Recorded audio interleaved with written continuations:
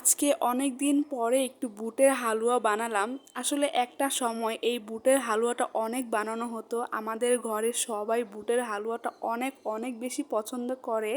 But এখন আর কি বুটের হালুয়াটা বানানোই হয় না। তো অনেক দিন পরে আমার বুটের হালুয়া অনেক অনেক খেতে ইচ্ছা করতেছিল। তো ভাবলাম যে না, এইবার একটু বুটের হালুয়া বানাই। আর আগে যখন বানাতাম তখন আমি ভিডিও মেক করতাম না, যার কারণে আমার আইডিতে মানে বুটের হালুয়াটা কিন্তু এখন পর্যন্ত দেওয়া হয়নি।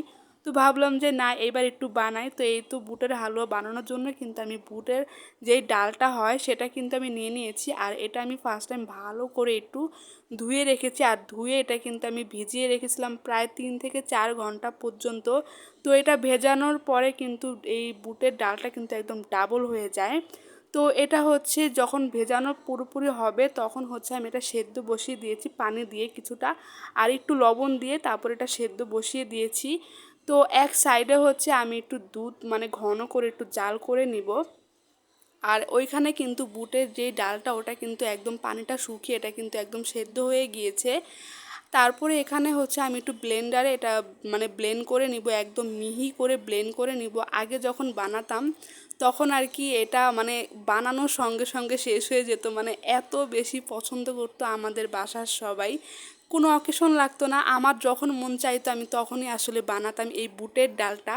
তো এই তো দেখো আমি কিন্তু বুটের ডালটা ভালো করে মিহি করে একদম ব্লেন্ড করে নিয়েছি। তারপরে একটা প্যান বসিয়ে দিলাম আমি এখানে।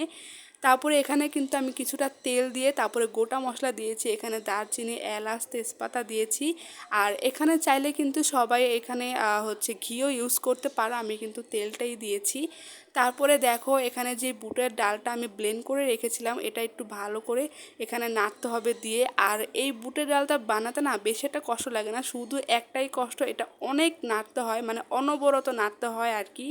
তো এটা যখনই বানাতে যাই আমার হাত একদম ব্যথা হয়ে যায়, মানে এত বেশি নাড়তে হয় এই বুটের ডালটা। তো এই তো দেখো আমি কিন্তু এখানে পরিমাণ মতো চিনি অ্যাড করেছি, আর যার যেরকম স্বাদ আর কি, আমি চিনি বেশি একটা খাই না। তারপর এখানে কিন্তু 2 থেকে 3 বার আমি চিনি অ্যাড করেছি, একবারে কিন্তু আমি এখানে চিনি অ্যাড করিনি, একটু একটু করে অ্যাড করতেছি। আবার যদি বেশি হয়ে যায় আমি কিন্তু 2 থেকে 3 বার এখানে চিনি অ্যাড করেছি। তারপরে এই তো যে দুধটা আমি ঘন করে জাল করেছিলাম সেটাও কিন্তু এখানে দিয়ে দিলাম। তো সব কিছু দিয়ে কিন্তু আমি এটা ভালো করে নাড়তে থাকবো, অনবরত নাড়তে নাড়তে যখন দেখবো যে হালুয়াটা একটু ঝুরা ঝুরা টাইপের হয়ে গিয়েছে তখন কিন্তু বোঝা যাবে যে এটা হয়ে গিয়েছে। আর যেখানে আমি বুটের হালুয়াটা সেট করব ওইখানে একটু তেল কিন্তু আমি ব্রাশ করে নিব। এই তো তারপরে কিন্তু আমি এখানে বুটের হালুয়াগুলো নিয়ে এখানে আমি হাতে একটু তেল দিয়ে তারপরে হচ্ছে এটা আস্তে আস্তে করে সেট করে নিব সুন্দর করে। আর আমি এখানে কিছুটা বাদাম নিয়ে নিয়েছি, মানে কাজু বাদাম চীনা বাদাম তারপরে কিশমিশ, এগুলো হালকা একটু ভেজে নিয়েছি। তো হালকা একটু ভেজে নিলে না এটা ফুলে ওঠে আর অনেক বেশি ভালো লাগে, খেতেও ভালো লাগে দেখতেও ভালো লাগে। তো হালুয়াটা সেট করে উপর দিয়ে কিন্তু আমি সব কাজু বাদাম চীনা বাদাম কিশমিশ এগুলো ছড়িয়ে দিয়েছি। তারপরে এটা কিন্তু 1 ঘন্টা মতো রেখে দিলে এটা কিন্তু সুন্দর মতো সেট হয়ে যায়। তো সেট হয়ে যাওয়ার পরে আমি একটা ছুরি নিয়ে এটা মানে পছন্দ অনুযায়ী যার যার পছন্দ অনুযায়ী কিন্তু এখানে কাটিং করে নেওয়া যায় আর কি। তো আমি এই তো এরকম করে কাটিং করে তারপরে নিয়েছি। তো কেমন হয়েছে এই বুটের হালুয়াটা তোমরা কিন্তু অবশ্যই কমেন্টস করে জানাবা, আর কার কার বুটের হালুয়া পছন্দ অবশ্যই জানাবা। তো আমার তো অনেক অনেক বেশি ভালো লাগে, আর এই বুটের হালুয়াটা মুখে দিলে একদম মিশে যায়, এত বেশি মজা হয় আর কি।